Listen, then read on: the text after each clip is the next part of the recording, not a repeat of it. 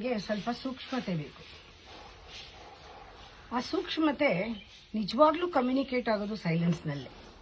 ಆದರೆ ವರ್ಡ್ಸ್ ಮಾತ್ರ ಹಿಡ್ಕೊಂಡಿದ್ರೆ ಅವ್ರು ಕಮ್ಯುನಿಕೇಟ್ ಮಾಡೋಕ್ಕಾಗಲ್ಲ.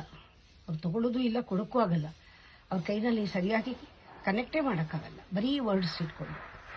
ವರ್ಡ್ಗೆ, ಪ್ರತಿಯೊಂದು ವರ್ಡ್ಗೂ ಒಂದು ಮೀನಿಂಗ್ ಇದೆ. You can feel the meaning. Second ಸೂಕ್ಷ್ಮ ಆದರೆ ಫೀಲ್ ಮಾಡ್ತೀರ ವರ್ಡ್ನ. ಫೀಲಿಂಗ್ಗಿಂತ, ಎಮೋಷನ್ಗಿಂತ ಆಚೆ ಒಂದಿದೆ, ಬಿಯಾಂಡ್ ಫೀಲಿಂಗ್.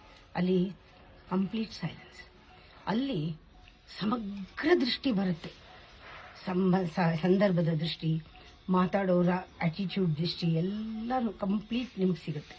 ಆಕ್ಸೆಪ್ಟ್ ಮಾಡೋಕ್ಕೆ ಬಹಳ ಚೆನ್ನಾಗಿರುತ್ತೆ. ಕಮ್ಯುನಿಕೇಟ್ ಮಾಡೋದು ಈಸಿ. ಇಲ್ಲದೇ ಇದ್ದರೆ ಮಕ್ಕಳಿಗೆ ನೀವು ಹೇಳ್ತೀರಾ ಕೈ ಮುರಿದು ಬಿಡ್ತೀವಿ, ಹಾಗೆಲ್ಲ ಮಾಡಿದ್ರೆ ಕೈ ಕಾಲು ಮುರಿದು ಬಿಡ್ತೀನಿ, ಮನೆ ಬಿಟ್ಟು ಕಳಿಸ್ಬಿಡ್ತೀನಿ. ಇದೆಲ್ಲಾನು ಲಿಟ್ರಲಿ ಇದಕ್ಕೆ ಇಂಟೆನ್ಷನ್ನೇ ಇಲ್ಲ ಅಲ್ವಾ. ನಮ್ಮ ಮಕ್ಕಳಿಗೆ ಅಂತೀವಿ ಗೆಟ್ ಲಾಸ್ಟ್ ಅಂತೀವಿ. ಗೆಟ್ ಲಾಸ್ಟ್ ಅಂತ ಹೇಳಿದ್ರು ಅದು ನಿಜಾನ? ಇಲ್ಲ.